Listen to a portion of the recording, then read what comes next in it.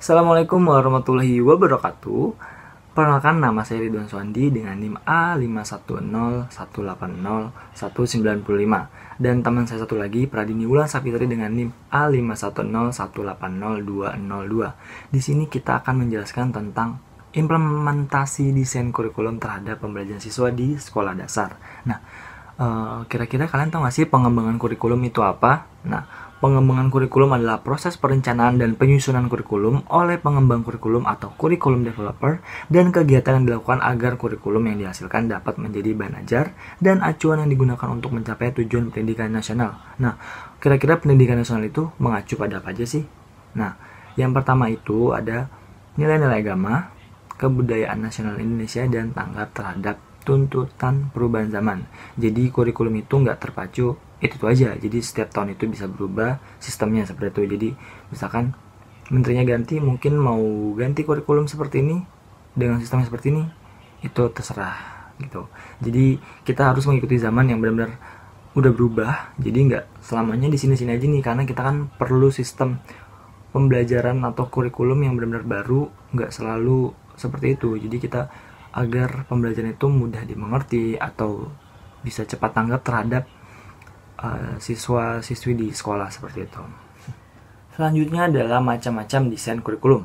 Yang pertama ada society oriented curriculum, yaitu memfokuskan diri pada kehidupan bermasyarakat.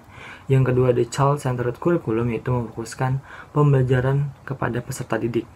Jadi gurunya hanya untuk membantu saja, jadi tidak selamanya guru itu menjadi pusat pembelajaran di kelas. Yang ketiga ada knowledge centered curriculum, yaitu kurikulum yang berpusat kepada pengetahuan. Yang keempat, the electric curriculum long root and shine, jadi program yang mencari keseimbangan antara organisasi kurikulum yang berpusat pada ajaran dan peserta didik. Dan selanjutnya ada subject matter atau disiplin, merupakan desain kurikulum yang bertujuan untuk melatih peserta didik menggunakan ide-ide. Selanjutnya ada specific competencies atau teknologi, merupakan desain kurikulum yang bertujuan untuk mengubah perilaku yang termati dan terukur. Dalam desain kurikulum ini, pendidikan berbasis kompetensi. Nah, selanjutnya ada human traits atau proses, yaitu merupakan desain kurikulum yang bertujuan untuk mengembangkan sifat kepribadian peserta didik dan mengacu pada pendidikan nilai. Selanjutnya adalah social function, merupakan desain kurikulum yang bertujuan untuk pengembangan masyarakat yang demokratis.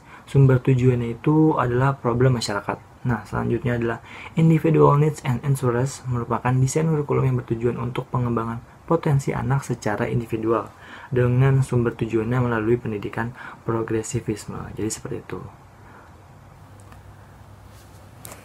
Oke, kemudian ada prinsip pengembangan desain kurikulum. Yang dimaksud dengan pengembangan kurikulum adalah suatu proses yang menentukan bagaimana pembuatan kurikulum akan berjalan, dari mulai menentukan hal-hal esensial hingga identifikasi persyaratan implementasi. Selanjutnya ada langkah-langkah mendesain kurikulum. Yang pertama, menentukan hal-hal esensial yang berkaitan dengan tujuan pembelajaran dan domain. Yang kedua ada identifikasi domain tujuan pembelajaran. Yang ketiga ada identifikasi tipe peluang belajar. Yang keempat ada menentukan desain kurikulum yang cocok. Yang kelima ada menyiapkan desain kurikulum secara tentatif. Kemudian yang keenam ada identifikasi persyaratan implementasi. Oke, baik. Kemudian ada desain kurikulum problem-centered design. Problem-centered design berpangkal pada filsafat yang mengutamakan peranan manusia atau man-centered.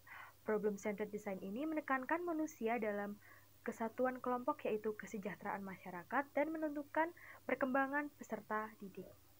Minimal ada dua versi model desain kurikulum ini, yaitu the areas of living design dan the core design. Nah, apa itu area of living design? Jadi, area of living design itu sendiri seperti halnya dengan learner-centered design, menekankan prosedur belajar melalui pemecahan masalah. Dalam prosedur ini, tujuan bersifat proses atau proses objektif, dan yang bersifat isi atau konten objektif yang diintegrasikan. Ciri lain yaitu menggunakan pengalaman dan situasi-situasi dari peserta didik sebagai pembuka jalan dalam mempelajari bidang-bidang kehidupan. Baik, jadi kesimpulannya, desain adalah rancangan pola, atau model. Mendesain kurikulum berarti menyusun rancangan atau menyusun model kurikulum sesuai dengan misi dan visi sekolah. Kurikulum adalah seperangkat rencana dan pengaturan mengenai tujuan, isi, dan bahan pelajaran serta cara yang digunakan sebagai pedoman penyelenggaraan kegiatan pembelajaran untuk mencapai tujuan pendidikan tertentu. Jadi yang dimaksud dengan pengembangan kurikulum ialah mengarahkan ke tujuan pendidikan yang diharapkan karena adanya berbagai pengaruh yang sifatnya positif, baik yang datangnya dari luar atau dari dalam diri sendiri. Masalah need assessment berkenaan dengan apa-apa yang dibutuhkan dalam pengembangan desain kurikulum. Kajian pendekatan yang berbeda terhadap penilaian kebutuhan ini akan mengarahkan pada bagaimana menyiapkan, menyusun, dan menggunakan informasi yang terbaik, di mana konteks pengembangan kurikulum secara spesifik dapat memenuhi kebutuhan individual dan kebutuhan lembaga itu sendiri. Teknik-teknik yang efektif dalam penggunaan tujuan umum dan tujuan khusus dapat disusun selama fase analisis kebutuhan atau need analysis. Dalam menganalisis kebutuhan atau need assessment, terdapat ada 3 tahap yang harus ditempuh, yaitu membuat keputusan mengenai need assessment, need analysis, memperoleh informasi, dan menggunakan informasi. Sekian materi yang bisa saya sampaikan, kurang lebihnya mohon maaf, mungkin kata-katanya ada yang salah atau mungkin pengucapan ada yang salah juga, mohon dimaafkan karena kita hanya manusia biasa ya. Oke, sekian dari kita. Wassalamualaikum warahmatullahi wabarakatuh. Dadah.